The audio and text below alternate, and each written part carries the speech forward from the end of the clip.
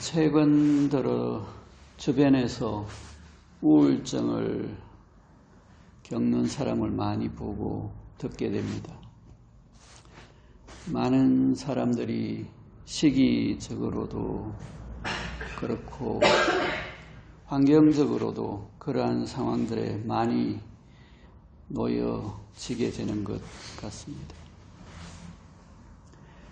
갱년기에 들어선 분들은 갱년기 우울증이 찾아들기도 하고 사회생활을 그만두고 퇴직해서 일을 놓고 집에서 지내는 경우에 내가 지금까지 뭐하고 살았지 하는 생각이나 이제 내가 별 가치가 없는 존재로 되어버린 것 같은 생각에 우울해지기도 합니다. 자식들이 다 자라서 떠나고 지금까지 자식을 키우고 돌보느라 애를 썼는데 그러한 일이 없어지면서 시간이 많아지고 허전한 느낌이 찾아들면서 앞으로의 삶이 무의미한 것 같이 느껴지기도 합니다. 세상을 살면서 우울한 기분이 들게 하는 상황은 헤아릴 수 없이 너무나 많습니다. 대충 살펴보더라도 하늘이 흐리고 날씨가 우중충한 상태가 계속되면 사람들은 우울해지기 쉽습니다. 그래서 날씨가 흐려서 햇빛 구경하기 어려운 날들이 많고 비가 많이 오는 영국에서는 우울증 환자가 많다고 합니다. 영국 하면 우산을 든 영국 신사를 떠올리게 됩니다. 날씨가 흐리고 비가 부슬부슬 내리면 사람들은 우울해지기 싫어서 술 한잔 생각이 나게 됩니다. 두 번째는 마음에 공허함이 찾아들면 우울해집니다. 직장을 은퇴하고 나서도 그렇고 10달 동안 아이를 뱃속에 임신해 있다가 출산하고 나서 찾아드는 공허함도 있고 자식들을 다 키워서 떠나보낸 뒤에 허전함도 있습니다. 연극이 끝나고 난 뒤라는 노래가 있습니다. 연극을 공연하기 위해서 많은 시간과 노력을 들여서 연습을 하고 연극 공연을 무사히 마치고 나서 혼자서 객석에 남으면 얼마나 큰 공허함이 찾아들겠습니까? 그 공허함을 잊기 위해 함께 술을 마시며 뒤풀이를 합니다. 큰 일을 치르고 나면 공허함이 생깁니다. 세 번째는 상실에서 오는 우울감입니다.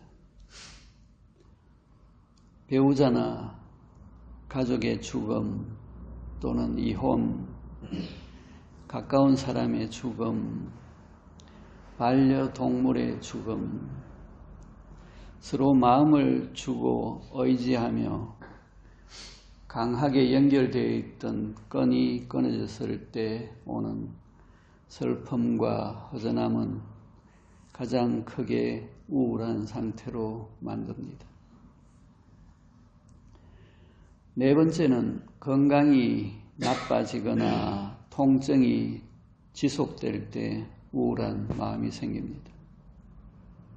예전과 달리 건강이 나빠져서 그전과 같은 활동을 할 수 없게 되거나 만성적으로 통증이 지속되면 우울한 마음이 찾아들고 자존감이 떨어지게 됩니다. 그 정도가 심할수록 삶에 대한 부정적인 마음이 커지게 됩니다. 5번째는 관계에서 옵니다. 사회적 관계가 원활하지 못하거나 다른 사람들로부터 소외되거나 다른 사람들이 나를 무시한다는 느낌을 받을 때 우울감은 커지게 됩니다. 사회적으로 고립되거나 격리가 되면 우울감은 더 커지게 됩니다. 몇 년 전 코로나 팬데믹 기간 사람들과의 만남이 제한되고 사회적 활동이 제약을 받을 때 우울증 환자가 크게 증가했습니다. 부부 사이나 가족, 친구, 직장 동료, 이웃과의 관계가 좋지 않고 갈등을 겪을 때도 역시 큰 스트레스를 겪으면서 우울한 감정이 생기게 됩니다. 6번째는 상대적인 비교에서 열등감을 느낄 때 우울증이 찾아옵니다. 주변 사람들이 자기보다 더 이쁘고 더 잘나고 돈도 많고 잘 나가는데 자신은 그렇지 못하다고 느낄 때 우울감이 찾아듭니다. 늘 상대와 비교하고 지지 않으려고 애를 쓰고 자신을 자랑하고 싶어하는 사람들은 쉽게 우울한 상태로 떨어집니다. 7번째는 일이나 사업, 시험이나 성진에서 계속 실패하고 좌절을 맛본 사람은 우울한 감정 상태에 있기 쉽습니다. 자기 자신을 비하하고 자책하면서 자존감이 낮은 상태에 머물기 때문에 딛고 일어서기가 어려워집니다. 이 외에도 우울한 감정을 유발하는 상태는 너무나 많습니다. 그 많은 것들을 하나로 묶어서 표현하면 어떤 육체적, 정신적, 정서적 상태가 내면의 내적 하한선 아래로 내려갈 때 찾아듭니다. 육체적, 정신적, 정서적, 내적 상한선을 벗어나서 일상생활에 문제가 되면 조증이라고 하는데 조증과 우울증이 함께 있으면 조우울증이라고 합니다. 한참 오래전에 만났던 조우울증을 겪고 있던 분은 30대 후반쯤 되는 여성분이었는데 조증이 찾아오면 막 정신없이 쇼핑을 합니다. 쇼핑 중독이라는 말이 있듯이 물건을 사는 순간은 기분이 아주 좋습니다. 그렇게 쇼핑을 정신없이 하고 나서 보면 불필요한 물건들이 수두룩하고 놔둘 때도 마땅찮고 남편이나 가족으로부터 비난이나 핀잔을 들을 생각이 드니 친구나 아는 사람들을 막 불러서 그 산 물건들을 또 막 나눠줍니다. 그리고 나서는 공허함과 후회스러운 마음이 찾아들고 정서적인 상태에는 아래로 툭 떨어집니다. 하한선 아래로 떨어져서 밑바닥까지 내려가면 무기력해서 아무것도 할 수 없는 상태가 됩니다. 가족들의 식사나 살림도 그냥 내팽개쳐 줍니다. 그러다가 이래서는 안 되겠다 싶어서 힘을 차리면 또 나가서 쇼핑을 정신없이 합니다. 그리고는 또다시 무기력한 상태로 내려갑니다. 이러한 생활을 반복해서 되풀이합니다. 많이 심한 경우에 해당하겠지요. 이 알코올 중독이 심한 사람도 비슷한 형태를 보입니다. 이 알코올 중독이 어느 정도 많이 진행이 되면 밥 대신에 술 기운에 의지하다가 마지막에는 밥을 먹지 않고 술만 몇 병이고 정신없이 마시고는 쓰러져서 몇 날 며칠이고 그냥 잠을 잡니다. 그러다가 깨어나면 또 계속 술을 마십니다. 그러다가 또 쓰러져서 무기력하게 잠을 잡니다. 그러다 깨어나면 또 술을 마십니다. 밥을 먹지 않습니다. 알코올 중독자가 마지막에 다다르면 밥을 먹지 못한다고 합니다.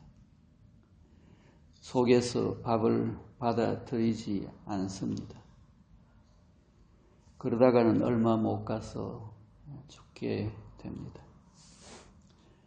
오래전에 그렇게 죽은 초등학교 친구가 하나 있었습니다. 60, 70년대 그때 라디오 공장을 운영했으니 아주 부잣집에서 자란 친구였습니다. 지금까지 나열한 우울감은 즐거움과 소통, 의미, 가치, 존재감과 연결되어 있습니다. 즐거워야 하는데 즐겁지 못하면 우울하고, 소통해야 하는데 소통하지 못하면 우울하고, 삶의 의미와 나라는 존재가 가치가 있어야 되는데 의미가 없고 가치를 느끼지 못하면 우울하고 자존감은 떨어집니다. 우울한 감정은 마음의 중심이 나라는 존재의 바깥에 가서 있거나 중심이 없을 때, 중심이 비어 있을 때 일어납니다. 그렇기에 내면과 속은 비어서 공허하고 바깥에 둔 마음이 어느 순간 의미와 가치를 잃게 되면 낭떠러지로 떨어지게 됩니다. 우울한 마음이 일어나지 않게 하려면, 우울증에서 벗어나려면 마음이 내면의 중심에 있는 마음 자리에 머물러야 합니다. 마음이 중심을 벗어나서 바깥쪽에서 헤매지 말고 마음 자리로 가야 합니다. 내 마음이 무엇 때문에 우울하고 왜 거기서 빠져나오지 못하는지 알아차려야 합니다. 물론 바깥 것을 완전히 배제하고 무시하라는 이야기는 아닙니다. 1차적이고 우선적이고 중요한 것을 놓치지 않아야 한다는 이야기입니다. 마음자리로 돌아가 머물면 중심이 잡히고 다른 것들은 따라오게 됩니다. 어쩔 수 없는 것들은 그냥 그대로 받아들이게 됩니다. 장낙여천이라는 말이 있습니다. 긴 즐거움을 하늘과 함께 누린다는 말입니다. 마음이 중심에 가고 중심이 중도와 만나 어우러지면 하늘과 만나게 됩니다. 거기에는 긴 즐거움이 있습니다. 그 즐거움은 영원한 즐거움으로 이어집니다. 마음자리에 머무른 일은 무엇보다 중요하고 소중한 일입니다. 예, 이완 의수하단전 그리고 송관청입니다. 예, 오늘 이야기는 이것으로 마치겠습니다.